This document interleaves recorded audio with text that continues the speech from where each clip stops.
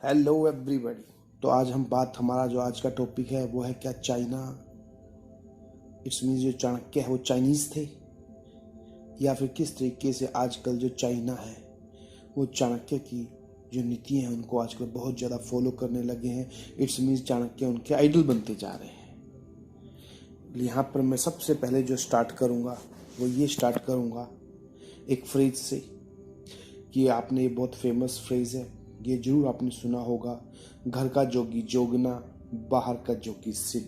अगर मैं इसको और ज़्यादा इजी लैंग्वेज में मैनिपुलेट करूं तो इसका मतलब है घर की मुर्गी दाल बराबर। आज हम जिस टॉपिक पे बात करने जा रहे हैं चाइना से रिलेटेड, क्योंकि चाइना किस तरीके से आज की डेट में चाणक्य पॉलिसी को फॉलो कर रहा है और इंडिया को चारों तरफ से घेर रहा है। इंडिया को छोड़े पूरे वर्ल्ड को ही आजकल उसने घेरा हुआ है, चाहे वो कोरोना हो या उसकी जो अलग अलग पॉलिसी हो उन सब के ऊपर। तो यहाँ पर हम बात करते हैं सबसे पहले कि आजकल जो मैंने फ्रेज स्टार्ट किया था कि घर की मुर्गी दाल बराबर, कि कोई आदमी कहाँ से पैदा होता है और उसकी फिलॉसफी कहाँ या दूसरी कंट्रियों में किस तरीके से ट्रांसफ़र होती चली जाती है या उसके फॉलोवर्स हमको दूसरी कंट्रियों में देखने को मिलते हैं। यहाँ पर मैं ज़्यादा एग्जांपल नहीं लूँगा, आपको शॉर्ट वे में इजी वे में बताता हूँ। सबसे पहले हम स्टार्ट करेंगे कार्ल मार्क्स। कार्ल मार्क्स आपको पता होगा दोस्तों कि जर्मनी से थे और उनकी जो फिलॉसफी थी, उनका जो फेमस जो कोट है वो मैं बता देता हूँ आपको कि हे दुनिया के मजदूरों सब एक हो जाओ, तुम्हारे पास खोने के लिए तो कुछ नहीं पर पाने के लिए पूरा संसार है। ये उनकी फेमस लाइन थी। और किस तरीके से मतलब उनकी जो मेन अगर मैं बात बताऊं तो ये कि वो पूरे अपनी कंट्री को या वर्ल्ड को एक इक्वल लेवल पे देखना चाहते थे कि सभी एक हो जाएं, इक्वलिटी पे। कम्युनिस्ट जिसे हम बोलते हैं, साम्यवादी कम्युनिस्ट अगर मैं बात करूं, लगभग सिमिलरिटी है इनमें। मार्क्सिज्म की अगर मैं बात करूं, किस तरीके से कार्ल मार्क्स पैदा तो हुए जर्मनी में, लेकिन मार्क्सिज्म फैला कहाँ? Russia, China, north Korea, India में तो केरला और आपको दूसरा वेस्ट बंगाल, इन साइड में आपको इनकी गवर्नमेंट भी मिल जाएगी मार्क्सियों की। तो इतना फेमस है ये। और जबकि जर्मनी में इनके ज़्यादा फॉलोवर नहीं मिलेंगे आपको। और ठीक है, आप बोलोगे सर जर्मनी बात बताइए इंडिया से रिलेटेड मैं बात करूँ तो यहाँ पर हमें बुद्धिज्म देखने को मिलता है। महात्मा बुद्धा वो इंडिया में पैदा हुए, यहाँ तक कि साउथ ईस्ट एशियन नेशन जो कंट्री है वो तो 50% तो भारत को जाना ही बुद्धा के लिए जाता है। वो इतनी फेमस पर्सनैलिटी है। लेकिन आपको पता होगा उसके बावजूद जो महात्मा बुद्धा है उनकी जो फिलोसफी है बुद्धिज्म, वो आपको ज़्यादातर फॉरेन कंट्रीज में ज़्यादा मिलेगी। साउथ ईस्ट एशियन जो कंट्री हैं वहाँ पर आपको ज़्यादा देखने को मिलेगी। इंडिया में इनके फॉलोवर्स आपको बहुत कम देखने को मिलेंगे। बाद में अलग बात है कि इनका डिवाइडेशन हुआ बुद्धिज्म के अंदर, जिसे हम हीनयान और महायान कहेंगे। आपको एक और मैं फैक्ट बताऊँ कि जहाँ जहाँ महायान फैला वहाँ पर कंट्री आज की डेट में वो आपको रिच मिलेंगी, लेकिन जहाँ जहाँ आपको हमें हीनयान मिला वो कंट्रियाँ आज की डेट में आपको थोड़ी पुअर मिलेंगी कंपैरेटिवली। तो खैर ये तो फिलोसफी की बात हो जाएगी, मैं आपको नेक्स्ट वीडियो में बताऊंगा बुद्धिज्म या जैनिज्म जब हम इस टॉपिक पे बात करेंगे।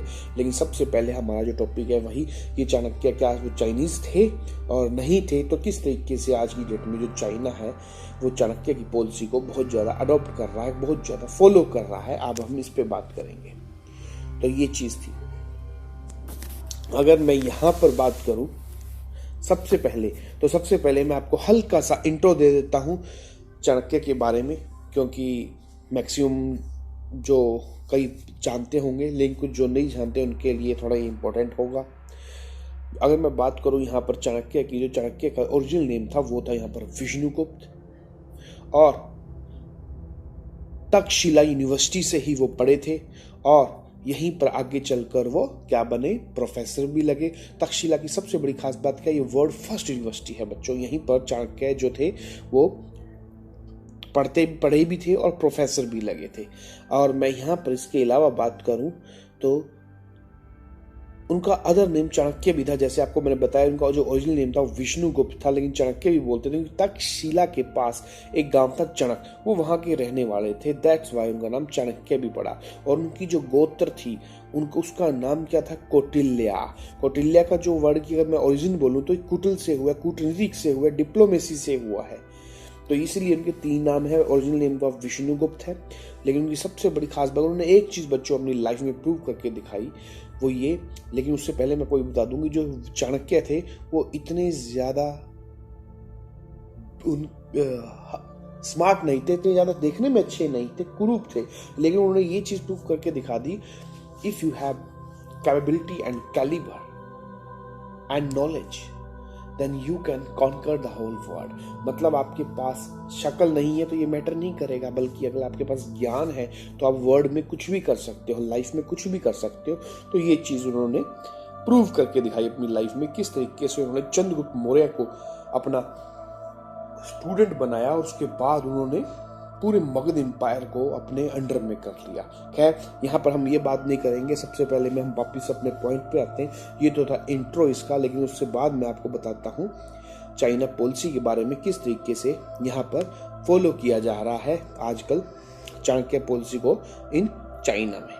तो यहाँ पर हम बात जो करेंगे वो ये कि सबसे पहला जो पॉइंट है कॉन्सेप्ट ऑफ किंगशिप। अगर मैं यहाँ पर बात करूँ कॉन्सेप्ट ऑफ किंगशिप की, तो आपको पता ही होगा कि किस तरीके से जो वहाँ के शी जिनपिंग हैं वो कितने पावरफुल हैं, और वो हमेशा किस चीज़ को फॉलो करते हैं, वो इस चीज़ को फॉलो करते हैं कि जो पावर है वो हमेशा राजा के हाथों में ही होनी चाहिए।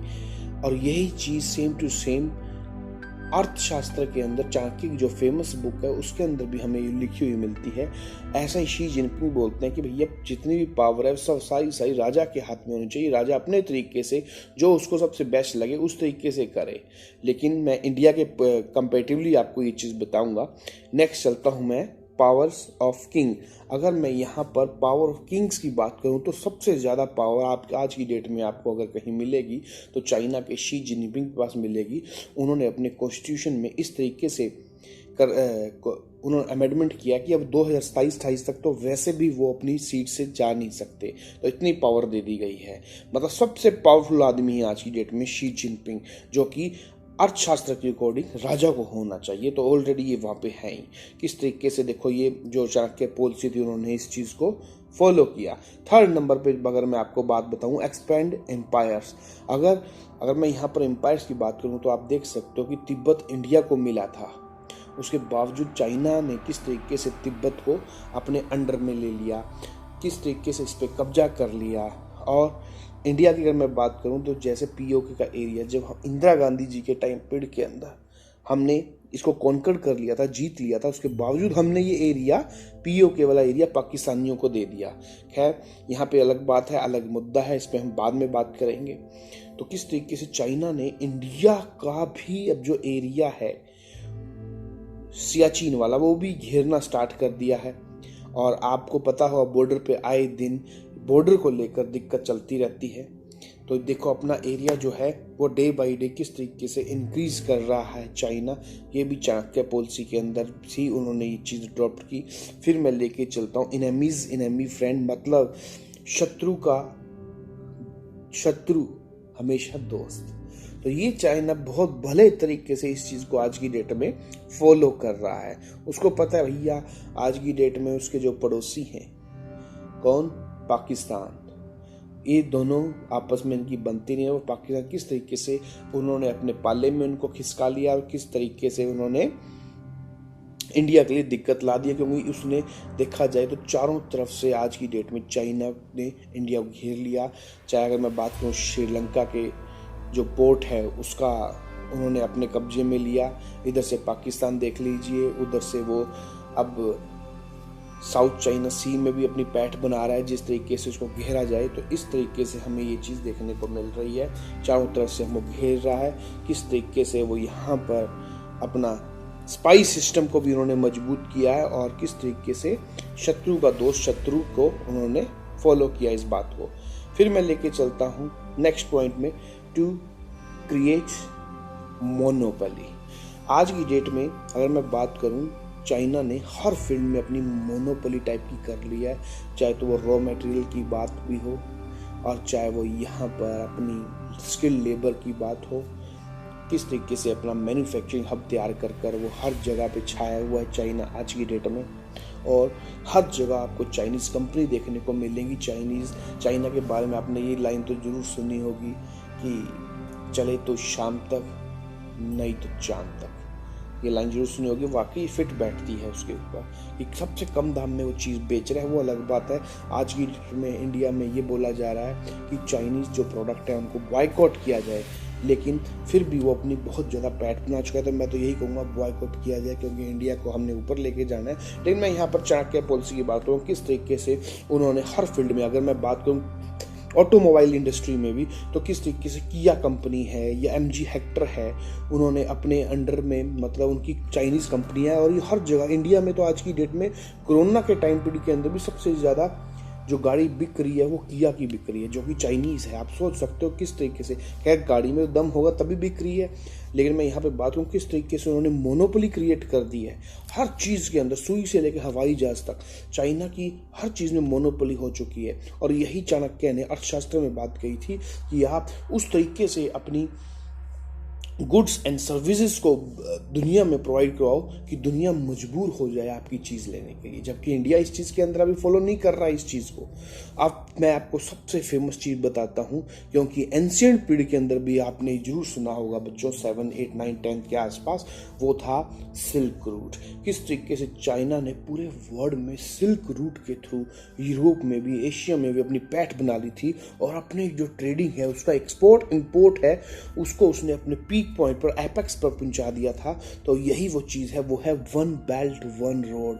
किस तरीके से उसने वन बेल्ट वन रोड को उसने यूरोप में, ये पॉलिसी है ताकि वो अपनी जो ट्रेड, उसका जो ट्रेड है वो पूरे वर्ल्ड वाइड वो छा जाए, फिर से वो अपने दिन वापस ले आए सिल्क रूट वाले। और ये सारी चीज़ें हमें अर्थशास्त्र के अंदर एज इट चीज़ें मिलती हैं। आपने जरूर पढ़ी होंगी, नहीं पढ़ी होंगी तो जरूर पढ़ना, और ये सबसे इम्पोर्टेंट है ये। और मैं आपको एक चीज़, हाँ यहाँ पर यह है सबसे इम्पोर्टेंट चीज़।